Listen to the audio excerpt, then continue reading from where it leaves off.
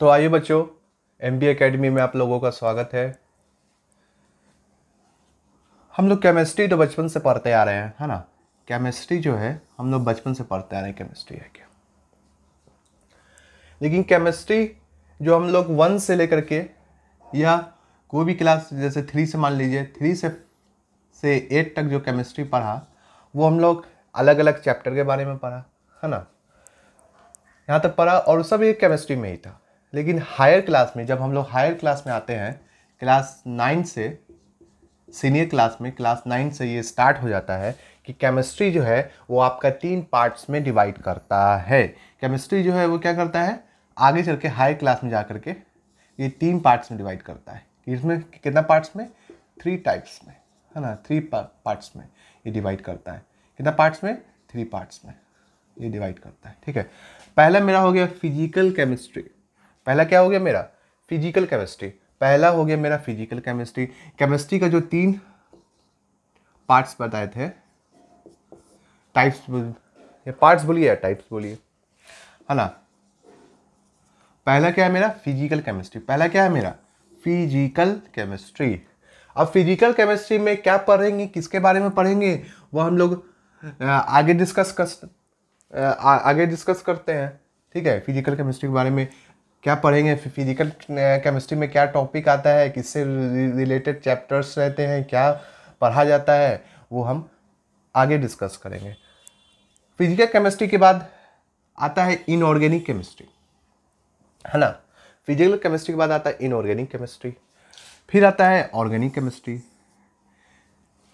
इस सब के बारे में हम आगे डिस्कस करेंगे कि इस सब केमिस्ट्री में कौन कौन सा टॉपिक, कौन कौन सा चैप्टर पढ़ा जाता है। ठीक है, तो हम लोग आगे आते हैं। अभी हम लोग जो बात कर रहे हैं वो क्लास 9 के सिलेबस के बारे में बात कर रहे हैं। क्या बात कर रहे हैं, क्लास 9 के सिलेबस के बारे में, कि क्लास 9 के सिलेबस में क्या क्या है, कौन कौन सा टॉपिक है, क्या क्या चैप्टर है। आप लोगों को तो पता ही होगा क्या क्या चैप्टर है केमिस्ट्री में। ठीक है, तो उसी को हम लोग डिस्कस करेंगे 1 बाय 1 चैप्टर। इस वीडियो में आपको केमिस्ट्री का होल चैप्टर मिलेगा फ्री ऑफ कॉस्ट, 1 बाय 1, है ना।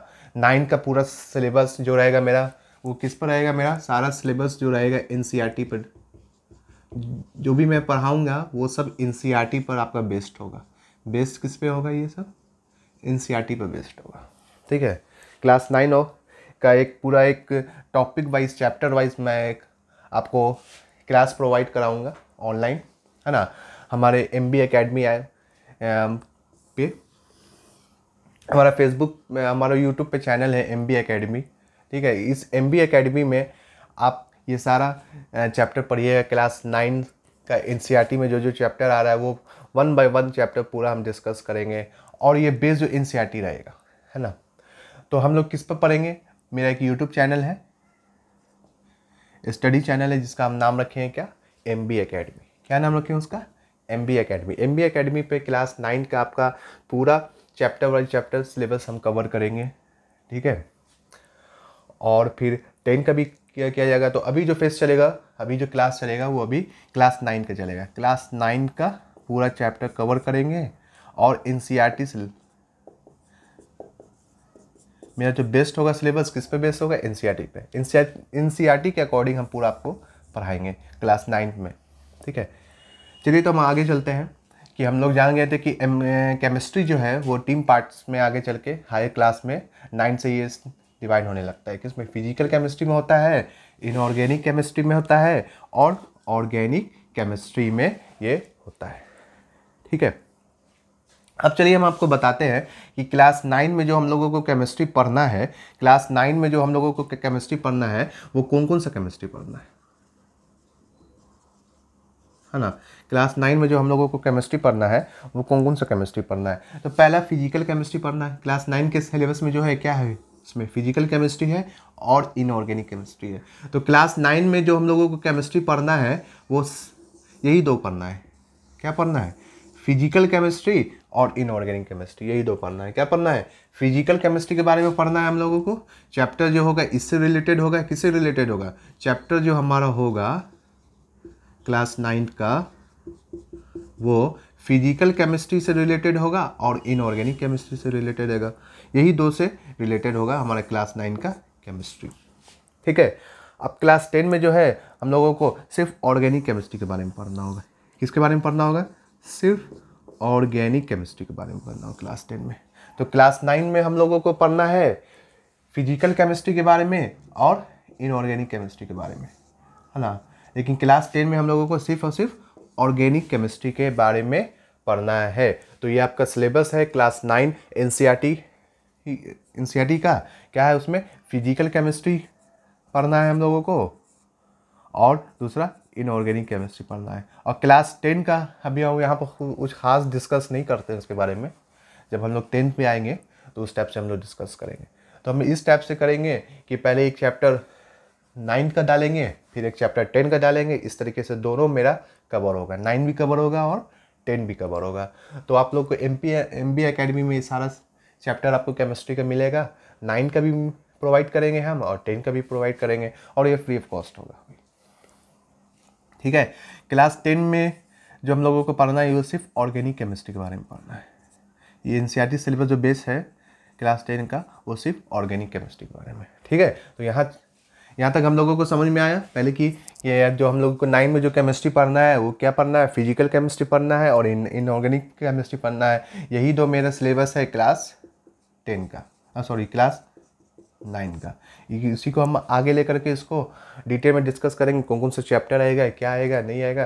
तो हम लोग लेट्स स्टार्ट, हम लोग आगे पढ़ते हैं। अब कुछ हम लोग नज़र डाल लेते हैं चैप्टर पे, है ना, कि क्लास 9 में कौन कौन सा चैप्टर हम लोगों को पढ़ना है। तो चलिए आगे पढ़ते हैं हम लोग। देखिए यहाँ पे हम लोग छोटा शायद कुछ खास नहीं है ये, फिर भी यहाँ पे मैं कुछ इस पर फोकस करना चाह रहा हूँ, कुछ इसके बारे में बताना चाह रहा हूँ कि हर आदमी बोलता है एनसीईआरटी। बचपन से सुनते आ रहे हैं आप लोग एनसीईआरटी। जिन लोगों को पता है तो बहुत अच्छा, far better.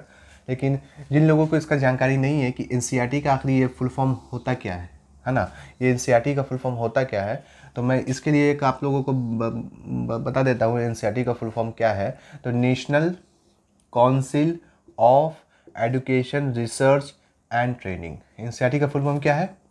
N for national, C for council, E for education, R for research, T for training. ठीक है, इसी को हम लोग शॉर्ट में क्या बोलते हैं? NCERT। ठीक है, repeating again, national, N for national, C for council, E for education, R for research, T for training. ठीक है, तो यहाँ पे मैं इसलिए इसको बताना चाहा कि जो स्टूडेंट पढ़ते आ रहे हैं एनसीईआरटी के बारे में तो कुछ जानकारी होना चाहिए। अगर है आपके पास, आप पहले से जानते हैं कि एनसीईआरटी का फुल फॉर्म क्या है तो बहुत अच्छी बात है। जिन लोगों को शायद नहीं पता हो उसके लिए ये एनसीईआरटी का फुल फॉर्म हमने बताए थे। N for national, C for council, E for education, R for research and T for training. ठीक है, तो हम लोग आगे बढ़ते हैं और अभी जो है हम लोग किसके बारे में डिस्कस करेंगे? सिलेबस के बारे में, है ना, कि इसमें कौन कौन सा सिलेबस है क्लास 9 में, मतलब कौन कौन सा चैप्टर हम लोग क्लास 9 में पढ़ना है अकॉर्डिंग टू एनसीईआरटी। इसलिए हम एनसीईआरटी का यहाँ पे फुल फॉर्म का एक छोटा सा आप लोगों को जानकारी दिया कि एनसीईआरटी का फुल फॉर्म क्या है। तो चलिए ठीक है, आगे हम लोग चलते हैं अपने चैप्टर पे। कौन कौन सा चैप्टर हम लोगों को क्लास 9 में पढ़ना है जो बेस किस पे हो? एनसीईआरटी से, अकॉर्डिंग टू एनसीईआरटी। ठीक है, चलिए आगे चलते हैं हम लोग। ठीक है, तो एनसीईआरटी के बारे में हम इससे पहले डिस्कस कर दिया था। ठीक है, अब सिलेबस, है ना, syllabus of chemistry class 9। Class 9 में जो सिलेबस है केमिस्ट्री का, वो कौन कौन सा चैप्टर हम लोगों को पढ़ना है, क्या क्या सिलेबस है हम लोगों का, उसके बारे में यहाँ पे एक हम लोग छोटा सा एक सरसरी सा निगाह डालते हैं। ठीक है ना, तो जानकारी थोड़ा हासिल करते हैं। चैप्टर 1, अब किस में आते हैं हम लोग? चैप्टर 1। चैप्टर 1 में क्या है मेरा? Matter in our surrounding. Chapter 1 में जो हम लोगों को पढ़ना है, क्या पढ़ना है? मैटर इन आवर सराउंडिंग, हमारे आसपास सराउंडिंग में जो मैटर है उसके बारे में हम लोगों को पढ़ना है चैप्टर 1 में। चैप्टर 2 में जो पढ़ना है हम लोग को, is matter around us pure, जो मैटर हम लोग के आसपास है क्या वो प्योर है? ये दूसरा चैप्टर हम लोगों को पढ़ना है। चैप्टर 1 में पढ़ना था matter in our surrounding, chapter 2 में पढ़ना है हम लोगों को is matter around us pure. अब चैप्टर 3 में हम लोग आते हैं। चैप्टर 3 में क्या पढ़ना है, एटॉम्स एंड मॉलिक्यूल्स, है ना, एटॉम्स और उसका मॉलिक्यूल्स, एटॉम और मॉलिक्यूल्स, ये दोनों के बारे में हम लोगों को पढ़ना है। क्या पढ़ना है चैप्टर 3 में, एटॉम्स एंड मॉलिक्यूल्स, ये एटॉम्स के बारे में और मॉलिक्यूल्स के बारे में हम लोग को चैप्टर 3 में पढ़ना है। अब हम लोग आ जाते हैं चैप्टर 4 में। चैप्टर 4 में जो हम लोगों को पढ़ना है स्ट्रक्चर ऑफ द एटॉम।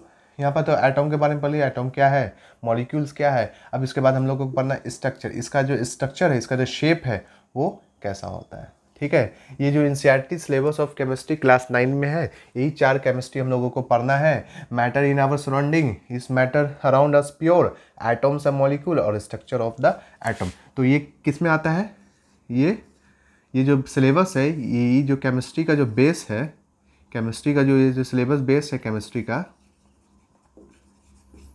ठीक है, जैसे हम पढ़ाए थे कि 3 पार्ट्स में डिवाइड होता है, फिजिकल, इनऑर्गेनिक और ऑर्गेनिक। तो ये जो चैप्टर, ये जो बेस है, ये बेस है फिजिकल केमिस्ट्री पे और इनऑर्गेनिक केमिस्ट्री पे। यही 2 केमिस्ट्री पे ये मेरा पूरा सिलेबस जो है, ये पूरा चैप्टर 1 से लेकर के चैप्टर 4 तक जो है, ये इसी पे मेरा बेस्ड ऑन दिस, ठीक है, फिजिकल और इनऑर्गेनिक। ठीक है, यहाँ तक एक छोटा सा जानकारी था जो मुझे लगा कि हाँ, चैप्टर शुरू करने के बाद एक डिटेल जानकारी देना चाहिए कि केमिस्ट्री क्या है, कितने पार्ट्स में डिवाइड होता है। फिर एनसीईआरटी के अकॉर्डिंग जो हमारा सिलेबस है केमिस्ट्री का, वो क्लास 9 का कौन है, तो matter in our surrounding chapter 1 है, दूसरा है in matter around us pure, तीसरा है एटम्स मॉलिक्यूल्स, चौथा जो है स्ट्रक्चर ऑफ द एटम्स। चलिए ठीक है, तो अब हम लोग आते हैं अब डायरेक्ट चैप्टर 1 पे, जो मेरा क्या है, मैटर इन आवर सराउंडिंग। ठीक है, तो हम लोग आते हैं अब डायरेक्ट चैप्टर 1 पे, मैटर इन आवर सराउंडिंग। ठीक है बच्चों, अब हम लोग स्टार्ट करते हैं चैप्टर 1। तो अकॉर्डिंग टू चैप्टर हम लोग बढ़ते हैं आगे, ठीक है ना। तो इसमें पॉइंट्स आता है नेचर ऑफ मैटर। अब नेचर ऑफ मैटर चैप्टर जो है हम लोगों का, उसमें ये पॉइंट्स आता है नेचर ऑफ मैटर। तो नेचर ऑफ मैटर, मैटर का नेचर के बारे में जानना है। क्या जानना है, नेचर ऑफ मैटर, नेचर जानना है ना, कैरेक्टरिस्टिक जानना है कि क्या क्या उसमें कैरेक्टर है। तो लोगों का भी नेचर होता है, किसी का नेचर क्या है, तो हर आदमी का नेचर हर पे डिपेंड करता है, सबका नेचर अलग अलग होता है। ठीक है, तो नेचर ऑफ मैटर जो है, इसका थ्योरी जो दिए थे, ये साइंटिस्ट का नाम क्या था, रॉडोल्फ क्लैसियस। रॉडोल्फ क्लैसियस के नाम के साइंटिस्ट हैं जिन्होंने नेचर ऑफ मैटर का थ्योरी दिया था, है ना। नेचर ऑफ मैटर का जो थ्योरी दिया था, उस साइंटिस्ट का नाम रुडोल्फ क्लैसियस था। ठीक है, क्या नाम था, रुडोल्फ क्लैसियस, ये नोट डाउन कर लीजिए, है ना। क्या नाम था, रुडोल्फ क्लैसियस। क्या नाम था, रुडोल्फ क्लैसियस। ठीक है, ठीक है, हम लोग आगे बढ़ते हैं। Kinetic molecular theory of matter, किस पे हम लोग आगे बढ़ते हैं, kinetic molecular theory of matter. Matter का काइनेटिक मॉलिक्यूलर थ्योरी क्या है, मैटर का, है ना, काइनेटिक मॉलिक्यूलर थ्योरी क्या है, इसके ऊपर हम लोग आगे बढ़ते हैं। तो थ्योरी देखते हैं हम लोग, है ना, यहाँ पर थ्योरी, तो ये हम लोग देखते हैं। चलिए आगे बढ़ते हैं हम लोग। तो काइनेटिक एनर्जी जिसको हम लोग शॉर्ट में इस टाइप से लिखते हैं, काइनेटिक एनर्जी इज रिलीज। अब काइनेटिक एनर्जी होता कैसे है, काइनेटिक एनर्जी क्या है, कैसे ये हमको मिलता है, काइनेटिक एनर्जी प्रोड्यूस कैसे होता है, काइनेटिक एनर्जी बनता कैसे है। तो kinetic energy is release due to motion, motion के कारण। काइनेटिक एनर्जी कैसे रिलीज होता है, मोशन के कारण। काइनेटिक एनर्जी कैसे रिलीज होता है, मोशन के कारण। काइनेटिक एनर्जी रिलीज होता है, कैसे रिलीज होता है, और मोशन के कारण। तो मोशन तो हम लोग बहुत जूनियर से क्लास में पहले भी हम लोग पढ़ चुके हैं क्लास में। मोशन क्या है, if a body is moving is known as motion. कोई भी बॉडी मूविंग है वो क्या है, मोशन में है। जैसे हम हैं, हम यहाँ से चल करके यहाँ गए, फिर यहाँ से चल करके यहाँ आ रहे हैं, फिर हम चल रहे हैं, फिर ऐसे से चल रहे हैं, या फिर ऐसे से घूम रहे हैं, ऐसे से घूम रहे हैं, तो क्या है, मोशन में है ना। ऐसे से घूम रहे हैं, क्या है, ये मोशन में है, ठीक है। इसको हम लोग ऐसे से घुमा रहे हैं, क्या है ये, मोशन में है। ये भी ऐसे से घूम रहा है, क्या है ये, मोशन में है। और ये मोशन में ऐसे घूमते घूमते घूमते रुक गया, तो ये क्या हो गया, ये रेस्ट हो गया। फिर ऐसे ऐसे ऐसे ऐसे ऐसे ऐसे ऐसे ऐसे घूमने लगा घूमने लगा घूमने लगा, तो क्या हो गया, ये मोशन में हो गया। फिर घूमते घूमते रेस्ट हो गया, रुक गया, तो रेस्ट हो गया। If a body is motion, if a body is move the place due to the respect of time is known as motion, है ना। If a body change its position, एक बॉडी एक पोजीशन को change किया, जैसे ये marker था, चलते चलते चलते चलते चलते चलते चलते चलते चलते चलते चलते चलते यहाँ पहुँच गया। तो ये जो चला, ये जो एक डिस्प्लेसमेंट, एक रास्ते को कवर किया कि तो किया, तो उसमें कोई पार्टिकुलर टाइम भी लगा, है ना। क्या लगा, उसके साथ एक पार्टिकुलर टाइम भी लगा। तो क्या, if a body is moving, अब हम लोग को मोशन में क्या एग्जाम्पल है, if a body is move due to respect to time one place to another place is known as motion.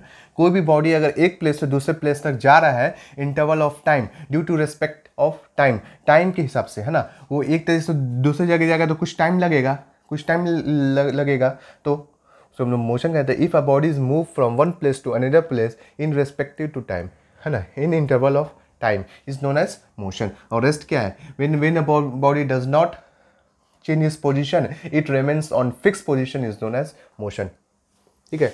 तो हमने पढ़ लिया, कैनेटिक एनर्जी जो रिलीज होता है due to motion. Kinetic energy मेरा रिलीज जो होता है वो कैसे होता है, वो मोशन के कारण होता है। कैनेटिक एनर्जी जो मेरा रिलीज होता है वो कैसे होता है, मोशन के कारण होता है। कैनेटिक एनर्जी जो मेरा रिलीज होता है वो कैसे होता है, मोशन के कारण होता है। तो हम लोग समझ गए। कोई भी पूछेगा काइनेटिक एनर्जी कैसे रिलीज होता है, तो ये मोशन के कारण होता है। मोशन क्या है, when a body is keep moving from one place to another place due to respect of time is known as motion, ठीक है।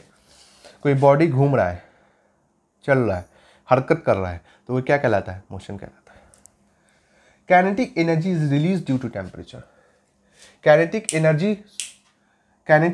Is release due to motion. Kinetic energy जो रिलीज होता है मेरा किससे होता है, मोशन से रिलीज होता है। अब यहाँ पर बोला काइनेटिक एनर्जी इज रिलेटेड, अब इसका रिश्ता किससे है, रिलेटेड मतलब रिलेशन, इसका रिलेशन किससे है, तो टेम्परेचर से है। इसका रिलेशन किससे है, टेम्परेचर से है, तापमान से है। इसका रिलेशन किससे है, टेम्परेचर से है। इसका रिलेशन किससे है, टेम्परेचर से है, तापमान से है। तो पहला पॉइंट्स हम लोगों ने जाना कि kinetic energy is release due to motion.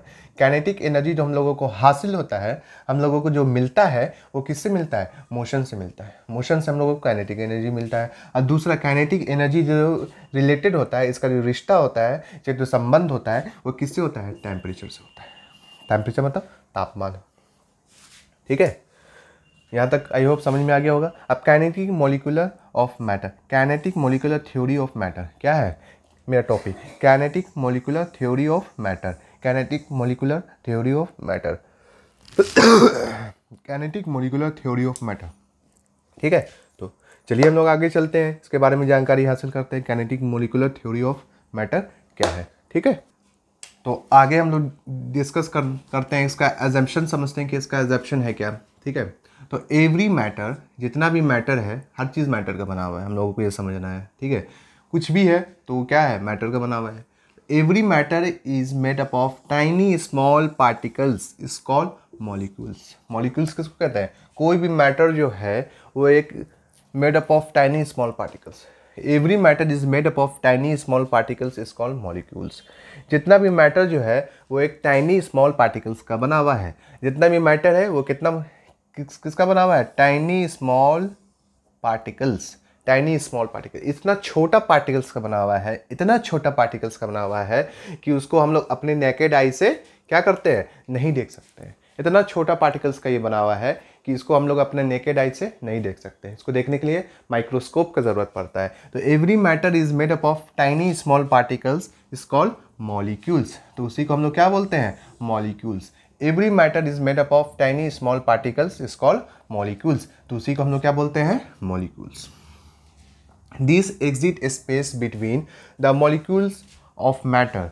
These space are called intermolecular space. अब हम लोग आगे चलते हैं, ये तो समझ गए कि every matter is made up of tiny small particles is called molecules. जितना भी मैटर है, एवरी मैटर, हर मैटर, एवरी मैटर, है ना, हर मैटर जो है वो एक छोटा स्मॉल पार्टिकल्स का बना होता है, जिसको हम लोग क्या बोलते हैं, मॉलिक्यूल्स बोलते हैं। किसको हम उसको हम लोग क्या बोलते हैं, मॉलिक्यूल्स बोलते हैं। Every matter is made up of tiny small particles is called molecules. जितना भी मैटर है वो इस टाइनी स्मॉल पार्टिकल्स का बना होता है, उसको हम लोग क्या बोलते हैं, मॉलिक्यूल्स बोलते हैं। दिस एग्जिट स्पेस, इसमें क्या होता है, एग्जिट स्पेस होता है। इसमें क्या होता है, exit space between the molecules of matter. Matters के बीच का जो मॉलिक्यूल्स का ये कुछ स्पेस होता है, ये जो मॉलिक्यूल्स है इसके बीच में कुछ स्पेस होता है। इस तरीके से ये कुछ स्पेस होता है ना। ये जो खाली जगह जो देख रहे हैं ये क्या है, मेरा स्पेस है। तो इसके बीच में कुछ क्या होता है, स्पेस होता है। उसी को हम लोग क्या बोलते हैं, उसी स्पेस को, जैसे ये जो स्पेस है, ये जो स्पेस है, ये जो स्पेस है, ये जो स्पेस है, ये जो स्पेस है, ये जो स्पेस है, ये जो स्पेस है, ये जो स्पेस है, इसी को हम लोग क्या बोलते हैं, इंटरमॉलिक्यूलर स्पेस। इसी को हम लोग क्या बोलते हैं, इंटरमॉलिक्यूलर स्पेस। इसी को हम लोग क्या बोलते हैं, इंटरमॉलिक्यूलर स्पेस। इसी को हम लोग क्या बोलते हैं, इंटरमॉलिक्यूलर स्पेस। इसी को हम लोग क्या बोलते हैं, इंटरमॉलिक्यूलर स्पेस। तो हम लोग चलिए इसका थ्योरी देखते हैं। This exist space between molecules of matter, this space are called, यही जो स्पेस है इसी को, यही क्या कहलाता है, इंटरमॉलिक्यूलर स्पेस। इंटरमॉलिक्यूलर स्पेस, यही जो स्पेस है, यही जो स्पेस है, यही स्पेस क्या कहलाता है, इंटरमॉलिक्यूलर स्पेस। यही जो स्पेस है, यही जो स्पेस है, ये क्या कहलाता है, इंटरमॉलिक्यूलर स्पेस। ठीक है, एक्सेप्शन 1 देख लिया, एक्सेप्शन 2 देख लिया। अब हम लोग एक्सेप्शन 3 में आते हैं। ठीक है बच्चों, अब हम लोग एक्सेप्शन 3 में आते हैं। बात समझ में आ गई, चलिए आगे बढ़ते हैं। तो चलिए बच्चों हम लोग आगे चलते हैं। ठीक है, एक्सेप्शन 3 में तो दीज मॉलिक्यूलर, क्या बोला है यहाँ पर, these molecules attack each other. Molecule क्या कर रहा है, अट्रैक्ट ईच अदर, एक दूसरे को क्या कर रहा है, अपनी तरफ अट्रैक्ट कर रहा है। एक दूसरे को क्या कर रहा है, ये अपने तरफ अट्रैक्ट कर रहा है। यही जो ये क्या कर रहा है, एक दूसरे को अपने तरफ अट्रैक्ट कर रहा है। किसको अट्रैक्ट कर रहा है, मॉलिक्यूल्स को। एक मॉलिक्यूल यहाँ पर मान लो ए नाम का एक मॉलिक्यूल्स है, यहाँ पर बी नाम का एक मॉलिक्यूल्स है। तो ए बी को अट्रैक्ट कर रहा है, बी ए को अट्रैक्ट कर रहा है। तो यहाँ पे क्या हो रहा है, अट्रैक्ट ईच अदर। ये एक दूसरे को क्या कर रहा है, अट्रैक्ट कर रहा है। जैसे ए बी को अट्रैक्ट कर रहा है और बी ए को अट्रैक्ट कर रहा है। क्या कर रहा है, this molecular attract each other. इसमें जो मॉलिक्यूल्स है ये एक दूसरे को क्या कर रहा है, अट्रैक्ट कर रहा है। ए बी को अट्रैक्ट कर रहा है और बी ए को अट्रैक्ट कर रहा है। तो this molecules attract each other. अब बोल रहा है दिस फोर्स ऑफ अट्रैक्शन, यही जो फोर्स ऑफ अट्रैक्शन है, यही दो के बीच का जो ये फोर्स ऑफ अट्रैक्शन है, यही दो के बीच का क्या है, ये फोर्स ऑफ अट्रैक्शन है। This force of attraction is called intermolecular force of attraction. यही जो बीच का जो अट्रैक्शन लगा थी, ईच अदर, क्या कर रहा है, अट्रैक्ट ईच अदर, एक दूसरे को क्या कर रहा है, अट्रैक्ट कर रहा है, अट्रैक्ट ईच अदर। तो यही जो दिस फोर्स ऑफ अट्रैक्शन, यही जो अट्रैक्शन करने में जो फोर्स लग रहा है, जो बल लग रहा है, उसी को हम लोग क्या बोलते हैं, इंटरमॉलिक्यूलर फोर्स ऑफ अट्रैक्शन। तो एक दूसरे दो मॉलिक्यूल्स है यहाँ पे, एक मॉलिक्यूल्स ए नाम का हम रख लिया और एक मॉलिक्यूल्स का नाम है बी रख लिया। तो ये इसको अट्रैक्ट कर रहा है, ये इसको अट्रैक्ट कर रहा है। तो यहीं पे क्या हो रहा है, इंटरमॉलिक्यूलर फोर्स ऑफ अट्रैक्शन हो रहा है। क्या हो रहा है, इंटरमॉलिक्यूलर फोर्स ऑफ अट्रैक्शन। जैसे लड़का लड़की को अट्रैक्ट कर रहा है, लड़का है एक तरफ लड़की है, ये एक दूसरे को देख रहा है। लड़की क्या कर रही है, लड़का को देख रही है, लड़का क्या कर रहा है, लड़की को देख रहा है। तो ये दोनों के बीच क्या हो रहा है, देख देख के क्या हो रहा है, अट्रैक्शन हो रहा है।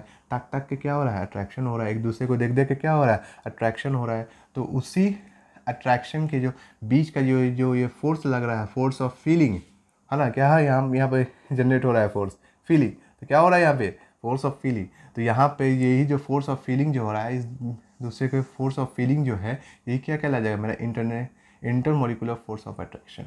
तो यहाँ पे हम लोग केमिस्ट्री में आ जाते हैं। तो केमिस्ट्री में क्या बोला है, दिस फोर्स ऑफ अट्रैक्शन, यही जो अट्रैक्शन में जो फोर्स लग रहा है, उसी को हम लोग क्या बोल रहे हैं, इंटरमॉलिक्यूलर फोर्स ऑफ अट्रैक्शन। उसी को हम लोग क्या बोल रहे हैं, इंटरमॉलिक्यूलर फोर्स ऑफ अट्रैक्शन। अब देखिए, इंटरमॉलिक्यूलर फोर्स ऑफ अट्रैक्शन जो है ये दो तरीके का होता है। इंटरमॉलिक्यूलर फोर्स ऑफ अट्रैक्शन जो होता है, इंटरमॉलिक्यूलर फोर्स ऑफ जो अट्रैक्शन होता है, ये दो तरीके का होता है। कोहेसिव फोर्स होता है, पहला क्या होता है, कोहेसिव फोर्स, और दूसरा क्या होता है मेरा, एडहेसिव फोर्स। पहला होता है कोहेसिव फोर्स और दूसरा क्या होता है, अलेंसिव फोर्स, है ना। कोहेसिव फोर्स में क्या होता है देखते हैं हम लोग, तो exit between same type of particle. इसमें एग्जिट किस में होता है, सेम टाइप का पार्टिकल्स में।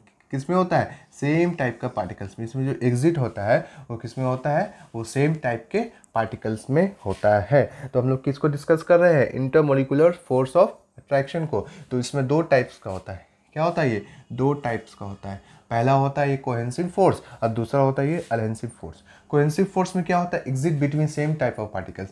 इसमें जो पार्टिकल्स होता है उसमें जो एग्जिशन होता है वो सेम टाइप का पार्टिकल, एक ही पार्टिकल्स के बीच में होता है। क्या होता है इसमें, एक ही पार्टिकल्स के बीच में होता है, है ना, सेम होता है। क्या होता है, सेम, एक ही पार्टिकल्स के बीच में होता है सेम।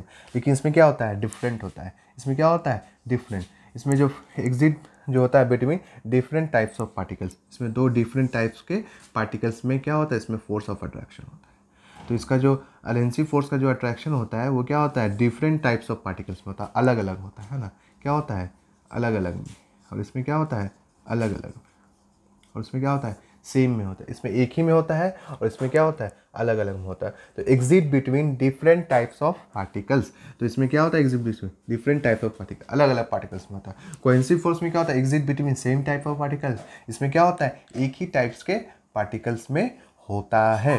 तो हम लोग किसके बारे में पढ़ रहे थे, इंटरमोलिकुलर फोर्स ऑफ अट्रैक्शन। तो यहाँ पर हम लोग देखा ये दो टाइप का होता है, कोहेसिव फोर्स होता है और दूसरा अलेंसिव फोर्स होता है। कोहेसिव फोर्स में क्या होता है, ये side exit between same type of particle, इसमें सेम टाइप का पार्टिकल्स होता है, एक ही पार्टिकल्स के बीच में होता है। कोहेसिव फोर्स का जो फोर्स ऑफ अट्रैक्शन होता है ये एक ही पार्टिकल्स के बीच में होता है। इसमें क्या होता है, डिफरेंट अलग अलग पार्टिकल्स के बीच में इसका फोर्स ऑफ अट्रैक्शन होता है। ठीक है, तो चलिए हम लोग आगे देखते हैं।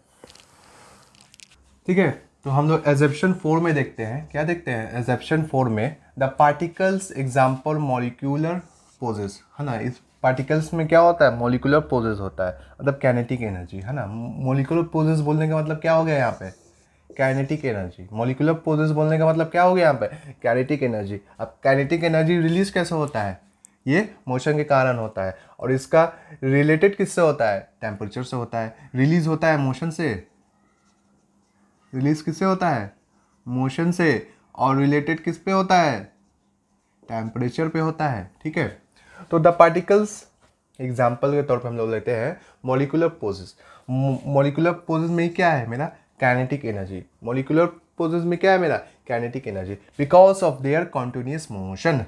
क्या काइनेटिक एनर्जी से का जो रिलेशन है वो किससे है, मोशन से है। किससे है, मोशन से। ये हमेशा याद रखना, काइनेटिक एनर्जी का जो रिलेशन है वो किससे है बच्चों, मोशन से है। काइनेटिक एनर्जी का जो रिलेशन है बच्चों वो किससे है, मोशन से है। काइनेटिक एनर्जी का जो रिलेशन है बच्चों वो किससे है, वो मोशन से है। The particles example molecular force kinetic energy, ठीक है, because of their continuous motion. ये जो काइनेटिक एनर्जी, ये इसका जो पार्टिकल्स जो होता है, मॉलिक्यूलर फोर्स जो होता है, मॉलिक्यूलर फोर्स में काइनेटिक एनर्जी, मॉलिक्यूलर फोर्स बोलो या काइनेटिक एनर्जी बोलो, बिकॉज ऑफ देयर, ये होता कैसे है, बिकॉज ऑफ देयर, ये होता कैसे है, तो ये कंटिन्यूस मोशन के कारण। ये कैसे होता है, कंटिन्यूस मोशन के कारण, लगातार मोशन होने के कारण। कंटिन्यूस मतलब लगातार लगातार लगातार हो रहा है, हो रहा है, हो रहा है, हो रहा है, कंटिन्यूस मोशन के कारण। जैसे मार्कर है, ये घूम रहा है, घूम रहा है, घूम रहा है, लगातार घूम रहा है, घूम रहा है, घूम रहा है, घूम रहा है, लगातार मूव कर रहा है ना, रुक नहीं रहा है, ये कर रहा है, कर रहा है, कर रहा है। तो ये क्या एग्जाम्पल हो गया, कंटिन्यूस मोशन का एग्जाम्पल हो गया। ये किस में है, कंटिन्यूस मोशन के में इसका एग्जाम्पल हो गया। तो हम लोग पढ़ेंगे the particles example molecular forces kinetic energy release motion. Kinetic energy जो है वो रिलीज कैसे होता है, मोशन से होता है। और इसका रिलेशन किससे है, टेम्परेचर से। ये होता कैसे है, तो मोशन से होता है। और इसका जो रिश्ता है वो किससे है, टेम्परेचर पे है। तो इस पर दो चीज़ हम लोगों को याद रखना है, मोशन, काइनेटिक एनर्जी जब पढ़ रहे हैं तो याद रखना मोशन, और दूसरा टेम्परेचर। ये हमेशा लोगों को याद रखना है। The particles example molecular forces kinetic energy because of their continuous motion. Continuous motion के कारण ये होता है। तो किसके कारण होता है, ये कंटिन्यूस मोशन के कारण होता है। आई होप आप लोगों को समझ में आया होगा आज का क्लास। ठीक है, तो यहीं पे मैं एंड करता हूँ इस क्लास को। ठीक है, आप लोग अपना ख्याल रखिए, स्वस्थ रहिए, अच्छे से पढ़िए और अपने करियर पर ध्यान दीजिए। और MB एकेडमी आपको ऐसे ही फ्री क्लासेस प्रोवाइड करता रहेगा, होल केमिस्ट्री 9 का और 10 का। ठीक है, तो यहीं तक हम लोग क्लास को आज ख़त्म करते हैं। अगला क्लास फिर हम लोग नेक्स्ट डे से स्टार्ट करते हैं। ठीक है, जय हिंद, जय भारत।